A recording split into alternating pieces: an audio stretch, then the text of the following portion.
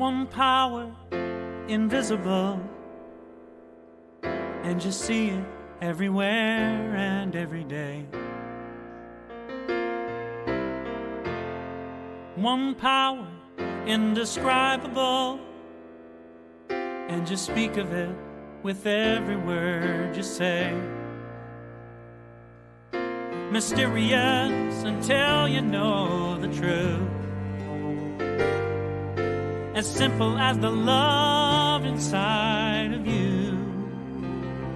Call it God, call it Spirit, call it Jesus, call it Lord, call it Buddha, Baha'u'llah, angels' wings or heaven's door. But whatever name you give it, it's all one power, can't you see? It's the power of the love in you and me. One power, one power. All right. Well, good morning. Good morning. Such is the nature of life that all it asks and all it wants is the opportunity to appear.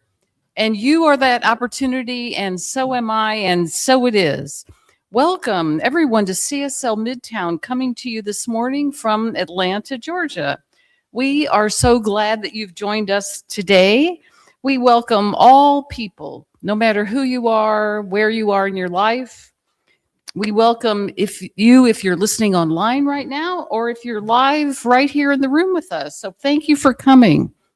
Our center reflects the diverse tapestry of life. So we welcome you, whatever brought you here today, whatever path you are on, know that you are in the right place and that this is the right time for you. You are welcome to participate here today and to become a part of this community. And we hope for those of you who are watching online, you will like and share this with your friends. Let's listen now to our Declaration of Principles as written by our founder, Dr. Ernest Holmes.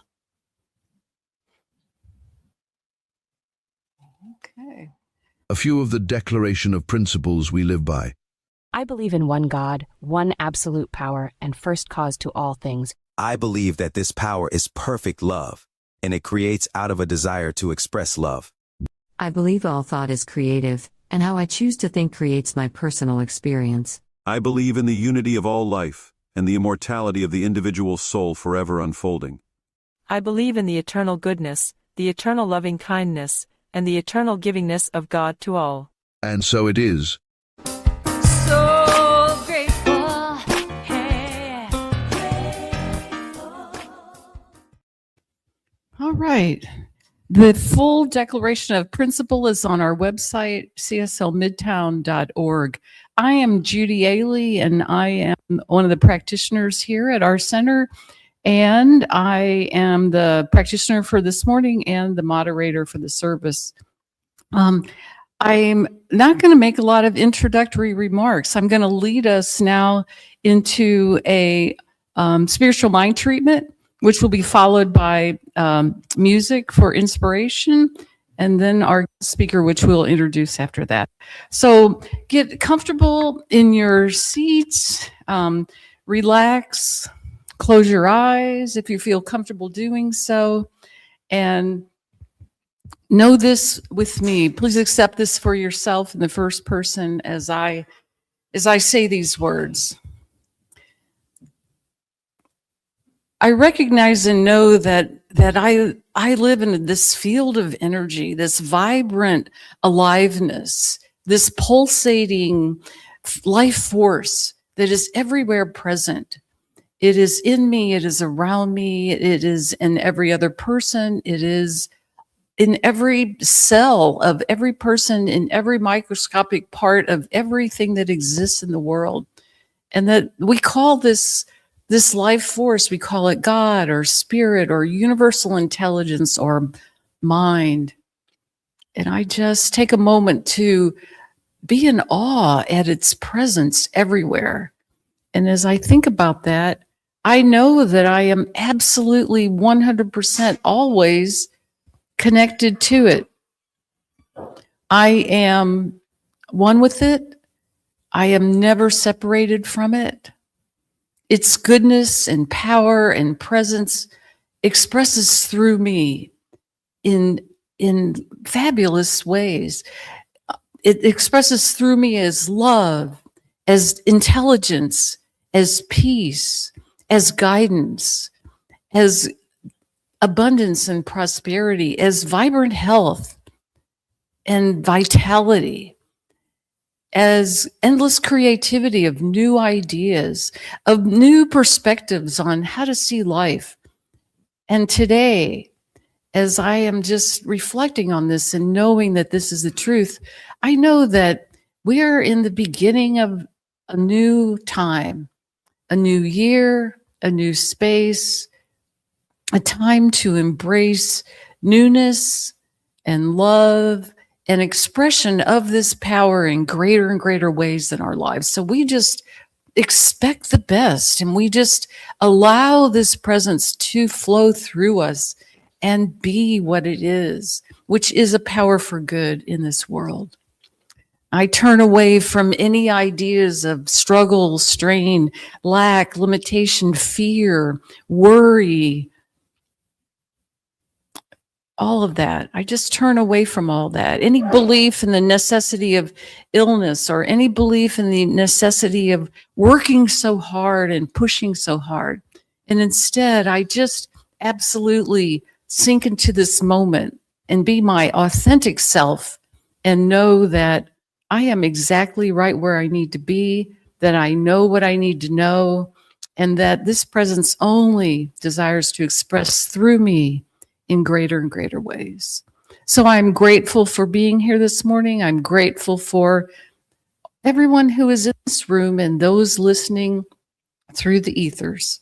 And so I'm just grateful, and I release this treatment now, knowing that it is so, and so it is. Okay, so now we have some music for reflection.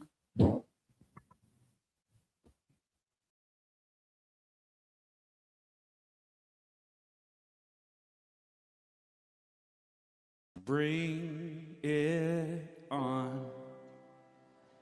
Everything new,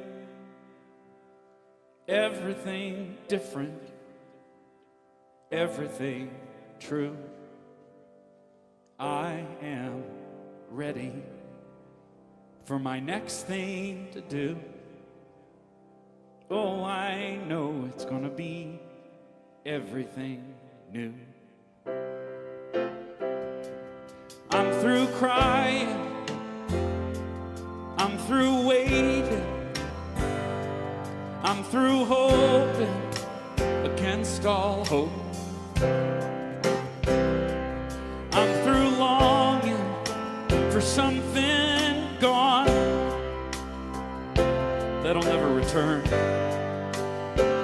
Think I finally learned to bring it on.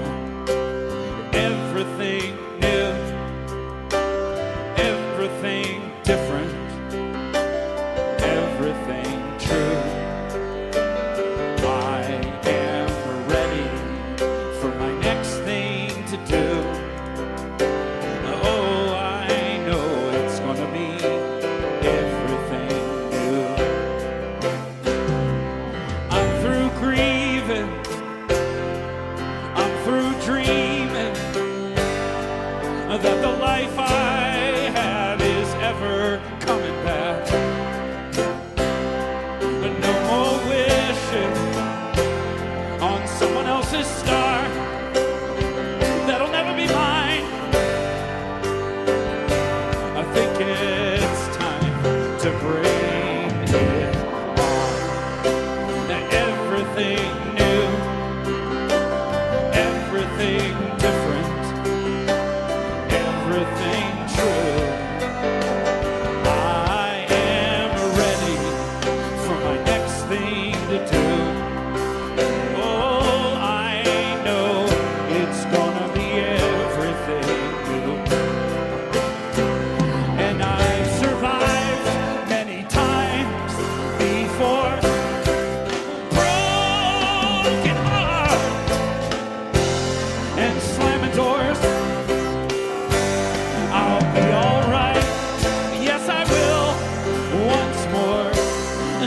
as I did back then.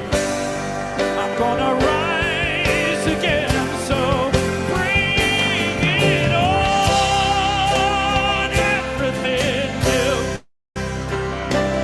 everything different, everything true. I am ready for my next thing to do. Oh, I know it's gonna be everything new. So bring it on. Everything different, everything true. I am ready for my next thing to do. Oh, I know it's gonna be everything new. I know it's gonna be everything new.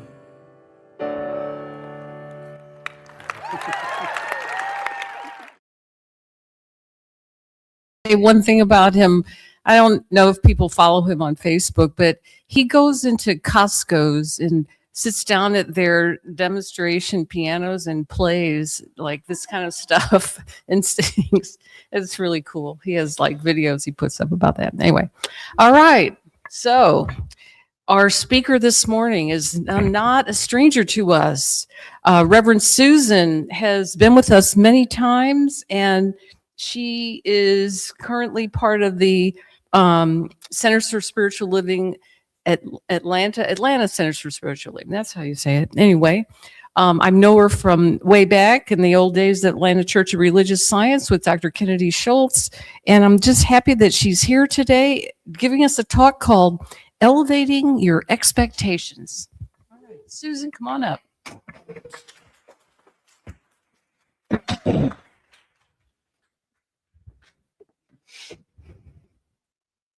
Good morning. That's anemic. Good morning. Thank you. The talk title is not actually that one, and it wasn't the one that's up there. I just made up a new title. No, I didn't. But I was a little surprised last night when I went to get my talk, and I couldn't find it in my folder of talks or on my computer. And I finally realized, oh, I changed the title and I should look for that one, because I was thinking, well, we could do a question and answer tomorrow. But I didn't want to do that, because I'll tell you how it got started for me. But the main question I think about is, had I only known what I was getting into when I walked into the Richard H. Rich Auditorium at Woodruff Arts Center in 1985. It was ACRS then, Atlanta Church of Religious Science, and now it's Spiritual Living Center of Atlanta. Vince, could we turn that down just a touch, please? Thank you. And I asked myself, you know, if I walked in there today, what would I want to know? What would I think about it? And I think I would want a time machine so I could go back and start earlier, because it changed my life. Did it change yours ever, going over there the first time you came into a church? Well, you know, here's how I would describe it. Music was playing on a grand piano by a master pianist, David Watkins. And there was these red velvet curtains, and the curtain would move back, and this man walked out onto the stage, and he said exactly what Judy said a moment ago, and it's worth listening to. Such is the nature of life, that all it wants and all it asks is the opportunity to appear. You are that opportunity, and so am I. And if you think about the impact of those words, it really does say a lot. And I think sometimes we hear those words, but we don't really get the impact of it. And I like to go back and think about that. But, you know, there was that music. And let me just say it like this. The curtain opened, and a man did not walk out. He sashayed out. He sashayed across that stage. And, you know, he had plenty of style. He had tons of style. He was a a New Yorker, had some of that tough New Yorker energy. And going along with that style, he had a lot of information. He had an encyclopedic knowledge of science of mind, and he had an encyclopedia of how to use it and how not to use it. And he was fascinating. Now, he was not one to suffer a fool. If you knew him, you'd know that's being nice compared to what he said to some people. And he certainly did not suffer a fool gladly. He believed you come into this teaching, you're not going to get your hand held. You have to do self-healing. And, a lot of people want to go there and someone tell them everything's going to be all right. And he said, nope, not here. But, no matter what his manner was, and he could be quite curt, he was filling the Richard H. Rich Auditorium, and people were sitting in the aisles to hear what he had to say. And then there were 2 services because there wasn't enough room for everybody at one.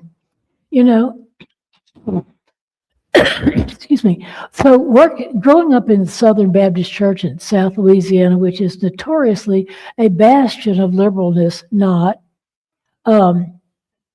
this was very different to me to hear what he was saying and to realize what he was saying, because I didn't at first. And science of mind or religious science, it sounded like a cult. And people on the outside who would read about it thought it sounded like a cult. In fact, I asked my sister and another friend one time, who were both businesswomen, what do you think of the Creative Thought magazine that says it's too full of jargon? Capital this, capital that. No one's going to want to read it. But when you heard it from Ken, you got it. He was a master teacher. And, for all that thinking that, what is this place? What are they saying? I couldn't stop coming to church and listening. And then I started taking classes. And so it was really amazing. Ken really did not believe in that 50-foot tall, long sandy hair, long sandy beard, robed sandals man sitting in an uncomfortable gold chair like I had been. Remember the previous Southern Baptist reference. He didn't believe in that at all. And he said, God's not personal and God's not interested in the details of your life. And I thought, well. And so I said to him one day after the service, I had been going for too long, I said, what about I'm the way, the light, and truth? No man coming to the Father except by me. He looked at me and said, I'm not doing this now. That's all he said. Because, I really wanted to know. But that was Ken. He wasn't getting into it. And what I learned was really wonderful. Ken was not the least bit concerned with hell or the devil as we used to say. He didn't care about any of that, and he didn't believe in it. And here was somebody raised in the Southern Baptist. I am the granddaughter of an itinerant Southern Baptist minister who rode from church to church, either on horseback or in a buggy. And you can imagine the influences that comes along there. Excuse me. He eloquently taught science of mind or religious science, and he did it incisively and also humorously. And that's the origin of where this whole movement started for religious science in Atlanta. There was another small church he'd gone to, but he wanted to start his own group because he wanted something a little bit different. And it grew and it grew. And it became the Atlanta Church of Religious Science. And some of those people from there started this. Some people from there started the Midtown Church, Tony Carpoluccio's church. Some people started the Douglasville Church. So it was an idea whose time had come. Has your idea of time changed since you've come here? Is your time now? That's not rhetorical. Is your time now? Well, I mean, really, because I find I don't always think that way. And Ken taught in a way that church was financially secure. It really was. And he did this all the time, teaching a radically different view of spirituality, because science of mind is not meant to be a religion. The founder, Ernest Holmes, didn't want churches. He wanted teaching centers and teaching groups. And yet here we are today. So you have to remember at that time that AIDS was decimating the population. And people, I know in New York, where I have family, old apartment buildings had people all dying in them. They had vacancies because these people were just dropping dead. And it was a very frightening time. And there was a lot of the spiritually wounded walking around. And luckily, there were also the spiritually wonderful who were going around teaching them they were not bad, they were not sinners, and they weren't going to hell. And that those infected deserve God's wrath and punishment for their abhorrent behaviors. And there was a lot of need for love and acceptance on the divine level for those who were sick, for those who loved them, and those who cared for them. And Ken often spoke about the need for a greater God. Do you know what that means? Get a bigger idea of God if you want something to happen. Don't limit this. This is expansive. This is unlimited. So if you have things going on in your life you don't like, get a greater God, he said. I've never heard there was a greater God. I just thought God was that 50-foot man up in the sky and, had a flunky little angels around him taking notes on what you did, what body parts you used, and who you used them with. Literally. But Ken spoke to everyone. He didn't just speak to the gay men. And here I am about 40-something years later, close to that, because of what I yearned for and what I learned. A talk he gave in 1997 was entitled First Impressions. And as it's the first of the year, I want to talk about first impressions. And it was kind of tied to, you remember a couple of months ago, our theme was glow up.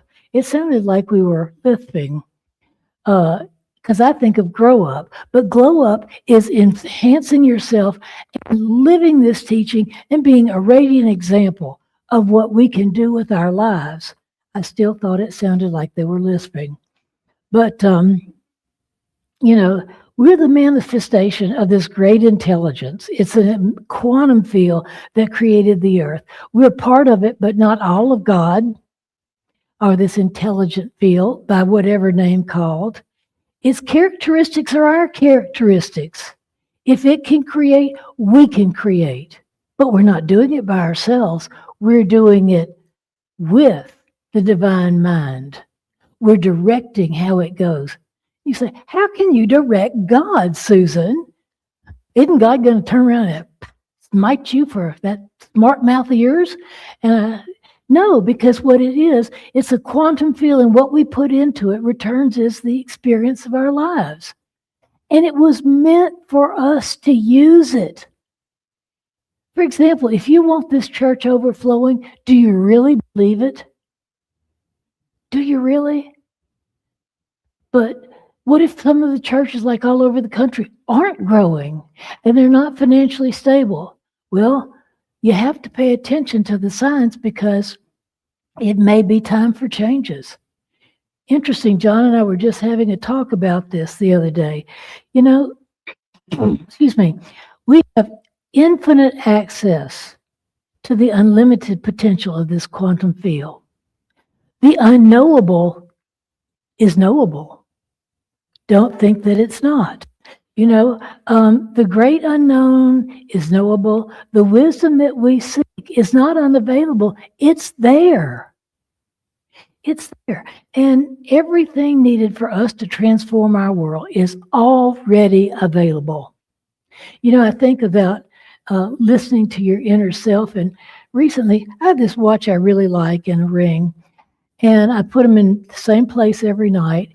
And suddenly I could not find them. I turned the house inside out. And I started ordering another watch. online. And so I kept going. I said, well, I'm getting another one. I think it's almost just like it. It'll be okay. And I kept hearing, go check the closet, go check the pockets of your coat. So I did that. And I checked every pocket probably 3 times just to make sure I hadn't missed anything. I'm sure none of you are obsessive like that, but I personally can be. Not often, but can. And I couldn't find them. And then the other day with the colder weather, I got out my heavy winter robe and I stuck my hand in the pocket and there was something there, and it was my watch and ring. I had just misinterpreted looking in your coat for the answers. But you know, it really was right there. I just misinterpreted. We have to learn how to listen, you know, because we do get the answers. You know, we have an intelligence within us and a vitality that knows beyond all the negative and the nonsense of this world that we have been exposed to. It knows how to make everything new. A new year, a new us. I decided that I am truly having a new year this year, that I have been letting some things languish. You know, if you don't keep up with this, it's really easy to get caught up in the world. Have you ever gotten caught up in the world and you think, oh my God, when you read the headlines or watch the news? No. Okay. Sometimes I have. Not often again, but, you know, so we have to know something bigger. And I bet that's why you're here today. Did anybody come here because they wanted to know something greater? Did you really? You know, is this just a habit to come to church on Sunday mornings? I came here to learn something greater, and I learn it every time I write a talk and every time I give one, because I'm always giving them to myself, as we are all. You know, to embody this knowledge and this intelligence is indeed blessed. It is possible to be blessed, healed, prospered, all those things. It's there. You know, it says that in the Bible. The Bible says, I always like to say that, that ask and it is given, knock and the door is open, ask and ye shall receive. And it's done in faith. It's not, this quantum field is not personal, it's reacting to the impressions we get. Not, you were bad. You know what you did. You can't have that, you know, you can't have the pony for Christmas that you really wanted because you're not very good. No, it has no judgment of us. And it is a powerful, powerful field that is constantly responding by corresponding to our thoughts. In other words, what we're putting out there is coming back to us, even if we don't realize that's what it is. You know, the first impressions he spoke about are where we get our ideas that motivate and cause us to do what we do. Absolutely. And these may originate externally because we all have the world to deal with and we all learn these things, you know, and they go into our conscious mind and deeply into our subconscious mind, and we can let them motivate us when we have really no idea what we're believing. Did you ever realize that? No. Okay. Well, I did.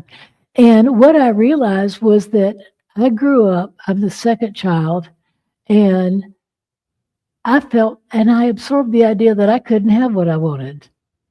When I wanted a horse really, really badly, until my sister said she did, my parents asked my sister if she wanted a horse or piano. And do you know she took that damn piano? She did. And she's still playing today. She almost has a degree in piano, and she's got a baby grand at her house. I didn't get the horse. I didn't believe enough, and I didn't have the power to go out and buy myself a horse. But later on, I got a horse.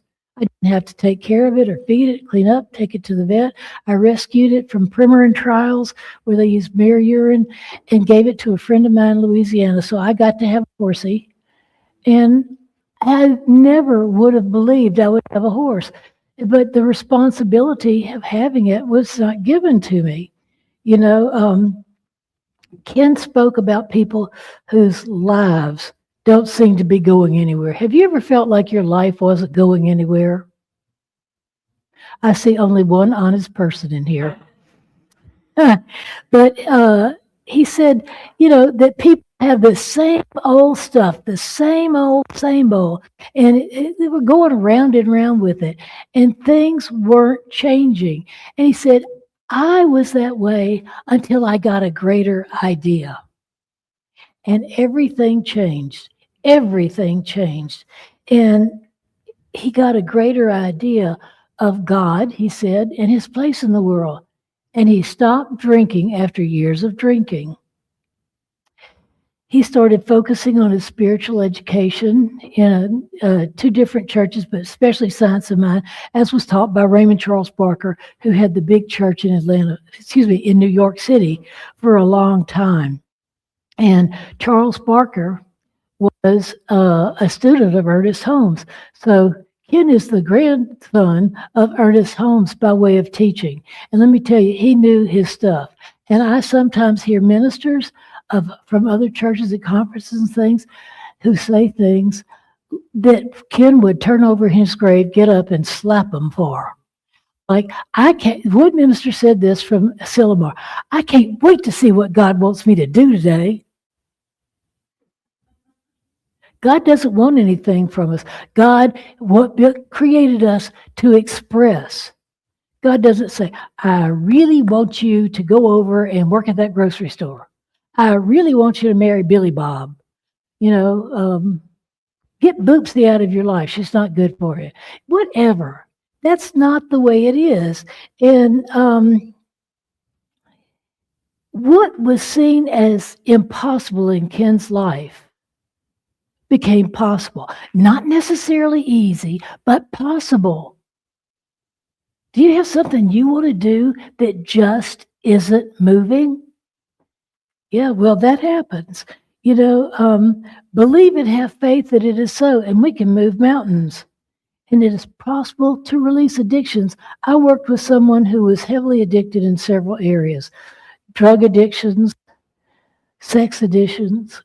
And, I would just sit there and talk to this person, and I got told, you never criticize me. Even when I relapsed, I said, you're moving in the right direction. What is there to criticize? I'm not here to criticize you. I'm here to give you a great life. And this man really prospered and turned his life around. He's married now. He's happy. He has a really successful career. It's interesting. On the day Ken gave that talk, way back years ago, he revealed that 30 years ago to the date, in February the 16th, 1967, he stopped drinking 30 seconds before he made that decision. He said he could have not stopped drinking, but 30 seconds after he made the decision, it was done. It was done. He went to his meetings. I don't know his whole process, but he knew in his heart suddenly that it was totally possible, and he remained sober for the rest of his life. I saw him out at dinner sometimes with friends, and they'd all be sharing a drink or two of something, and he had a nice glass of ice water or a soft drink with him. He never relapsed. He did what I call growing up in that day. When he made that decision, it was life-changing for him, and it transformed his life in a radical, very loving, and life-altering way. He ended up leaving New York, moving to Atlanta, continued to study Science of Mind, and then he started ACRS, which is now SLCA, as I told you. He became president of the organization Religious Science International, what we used to be. And he started a whole chain of changes in there that really upped our game. Now, to grow up or to glow up, as one of our themes was recently, is to transform positively. But we have to grow up. We have to grow up spiritually. We have to stop being a victim. We have to stop thinking that this is so hard. I'm going to have to really work at this. Do you ever think those things? Oh, me neither. Please. it has to become a deep belief, not just an idea. It all starts with an idea, but as we build on it and grow, as we focus on it and we call for divine intervention and divine inspiration, things begin to change, and they change the character of our lives. Absolutely. It may not always be easy, I want to stress this, but it is certainly possible. We can choose to think that something is easier than we thought it was before. Did you ever think about that? A psychologist said when we put off doing something, is a lot of times we perceive that the effort to do something is a lot greater than it actually is. And when we go do it, we thought, why have I been putting this off? It's easier than I thought. It took a lot less time. Do you ever do that? Yeah, well, that's so true spiritually also. By myself, I can do nothing. It is the God within me that does it, but I get to direct it. It's like the flow of electricity. I didn't make the electricity. I didn't wire this building. I didn't build the power plant, but I can flip the light on and make it light in here. I can turn the key in my car. Oh, that's old-fashioned. I can push the button in my car and start the car. I don't have to be an engineer. You can use this teaching right here, right now, from this very moment onward. Just believe. And if you have any thoughts about this, should you be worried about others, what they think about you? This is what Chief Justice Oliver Wendell Holmes, Supreme Court Justice, put it succinctly. The great thing in life is not so much where we stand as the direction in which we're moving. The great thing is not so much where we stand, but where we're moving. So if you have any concerns of where you're standing and where you're moving or not moving, realize that where you stand is not as important as the thoughts you choose right this minute and the next minute and the next minute, and how you choose to act. We can have a great thought. I don't have to drink anymore, and then sit down and have another one. So we have to take action, but we can have our behavior changed through divine help. And that really spoke a lot to me because I had a massive eating disorder, not great as some people I know, but I did, and I got out of it. And I didn't know how I was ever going to do that, but I did. So, where we stand in the eyes of other people is not really important. Standing on a principle does not make us better than someone else. It does not make us more spiritual, and it does not enrich our lives from just standing.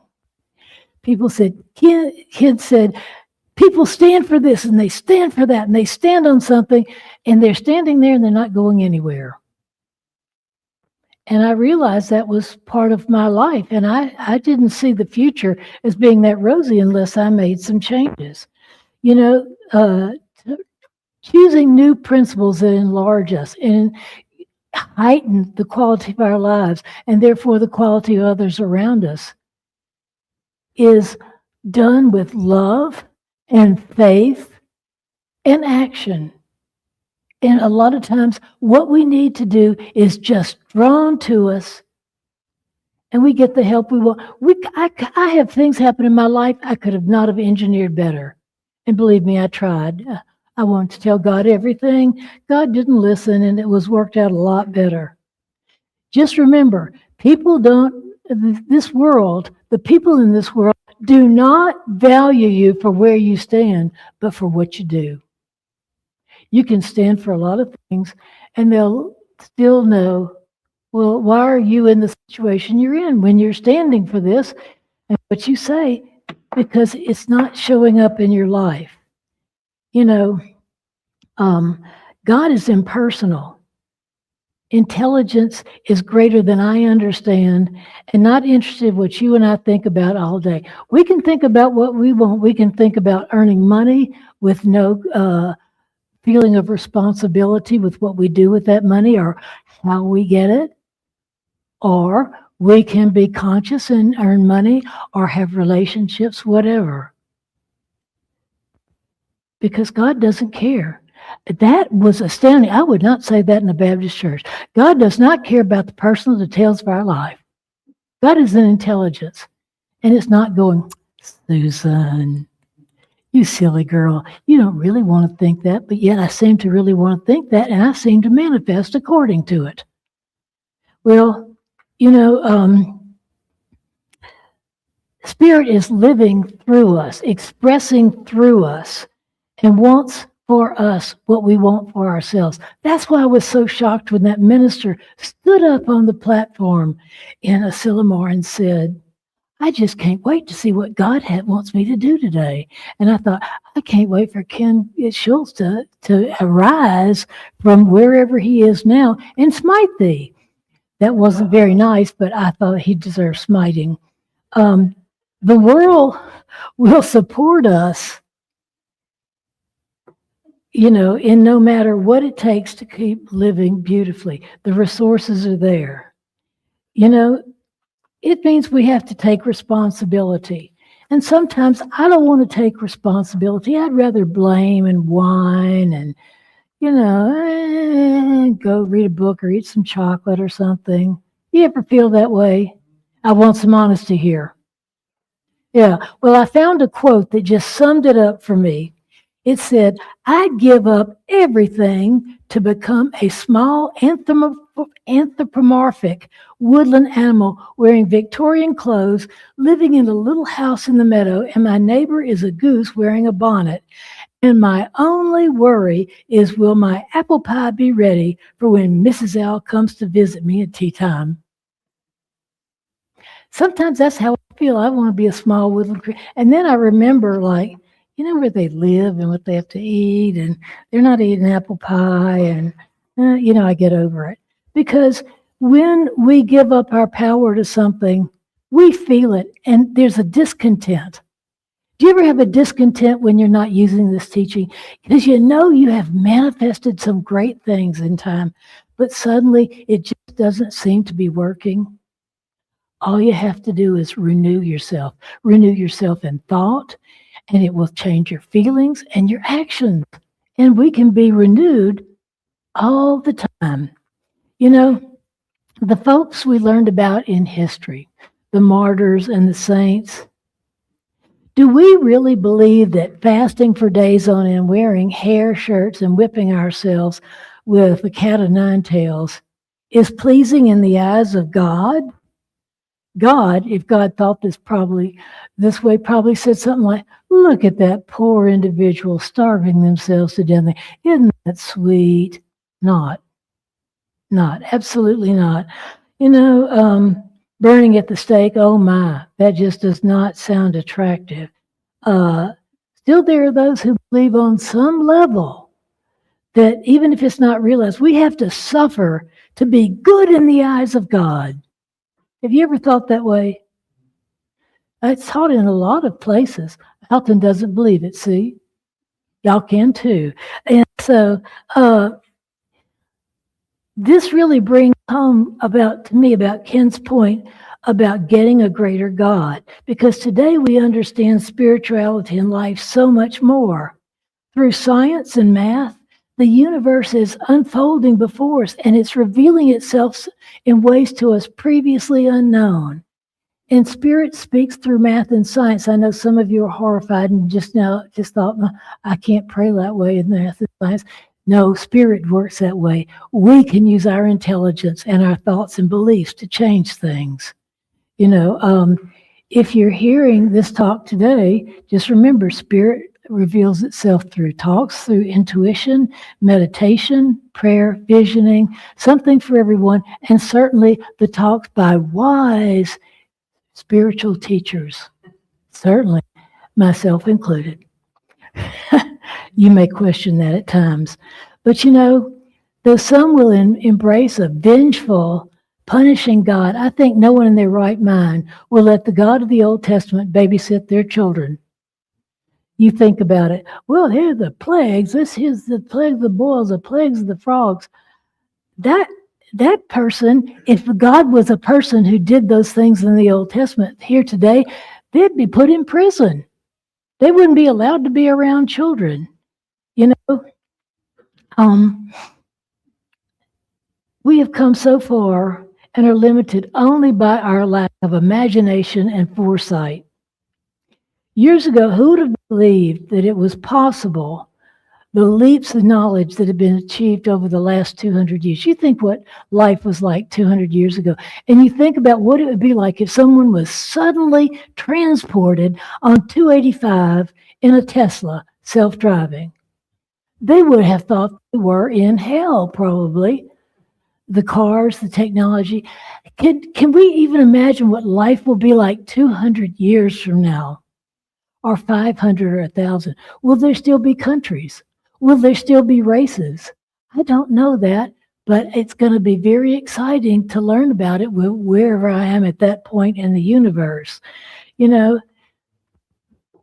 do you think they would have believed growing replacement teeth, joint replacements, disease cure, finding lost cities in the desert that they dug up? No. Who knows what will next unfold? I personally look forward to the unfolding, the progress, and you and I were put here to express through the means of our lives, not to suffer and do without, because peace is possible. Peace is possible. There's enough food and enough water and enough clean air and enough clean water for everybody if we just start using our intelligence. I know some people think that our government is unintelligent, but we have to know that it's a sign of our collective consciousness. So can you see what I learned and love learning from Ken? It was wonderful. Can you see why I've been coming back? And about first impressions, remember that the first impression through all this is the impression that we choose to make of situations when we greet them, when we meet people, that first impression. But the first impression we should always be mindful of is the one we are taking into our own mind. Absolutely. I've grown up a lot. I think I'm growing and glowing. If you aren't, take some classes, read some books, go online and find things, but let us take care of our consciousness, really. Feed it and grow it well. As each of us grow up spiritually, this world is improving and improving. We're transforming the world in ways we may never see. As Elphaba so wisely sang in Wicked, unlimited, I'm unlimited, and so am I, and so are you. And as Ken would say, that ends the lesson. And as I say to Ken, my profound thanks. Namaste, aloha, shalom, blessed be, amen. And so it is. Thank you. Thanks, Reverend Susan. Awesome, inspiring message this morning. We are grateful for that. And a little history lesson to go along with that as well. So it's now,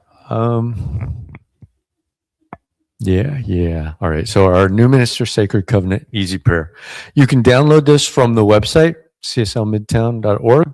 And if you would read this with me, there's only one life. This life is good. This life is God. This life is my life now. In knowing that I am one with this life that is God, I therefore know that I am one with all of its blessed expressions, which include the presence of a new minister for my beloved spiritual community. Because I know that the highest purpose of my new minister is to express spirit, I therefore know that my new minister is a revelation of spirit as principle. I further know that my new minister is the fulfillment of that which has been promised by God, for it is written, principle is not bound by precedent. It operates according to law and is always available to those who are willing to align themselves with it. As I stand in agreement with my beloved community, I see my new minister before me as inspiring spiritual oneness through wisdom, love, and authenticity. I now intend to experience my new minister in full cooperation and agreement with my community, knowing this truth about myself. For I am inspired to live as love in the expression of principle. I am awakening the wisdom within me by clearly communicating the principles of universal truth. I am a conduit of divine love, wisdom, and healing energy, recognizing the inherent wholeness within all beings. I'm offering teachings, classes, and mystical studies grounded in spiritual principles to cultivate inner wisdom, personal transformation, and empowered living. I'm extending the love, compassion, and transformative power of spirit into the wider community, fostering connections that heal, uplift, and support individuals in their unique journeys. As I now accept the highest expression of a new minister into my life, I know that they will be revealed in a way that will express spirit and serve the highest and greatest good of all who are touched by their presence. I'm grateful God is gracious, and so it is. All right. Thanks, everybody.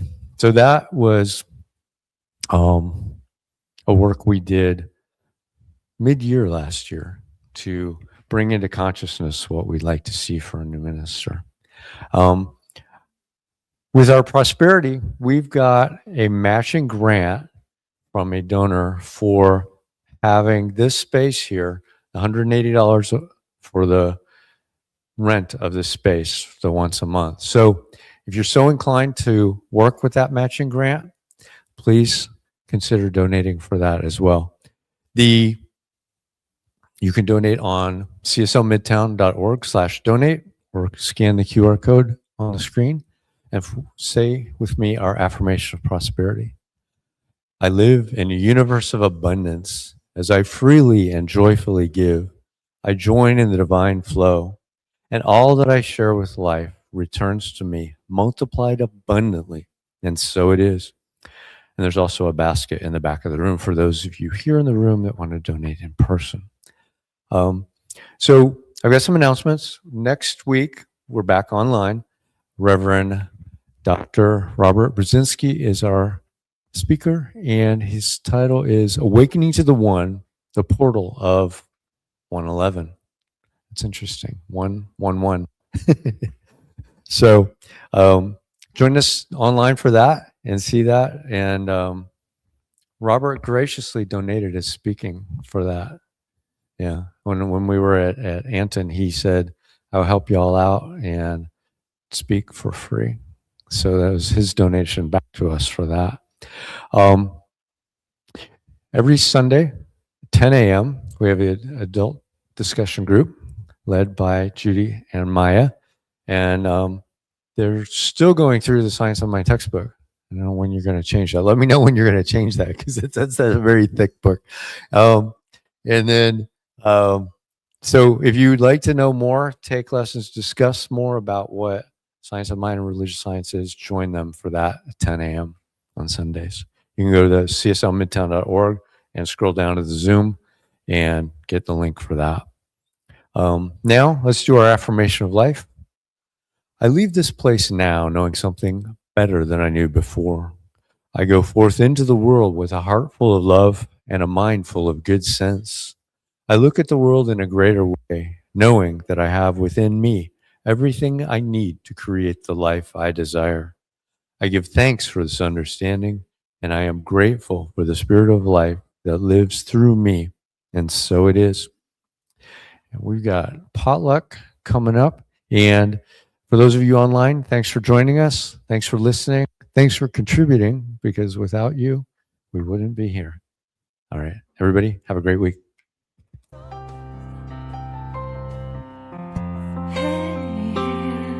I'm so grateful.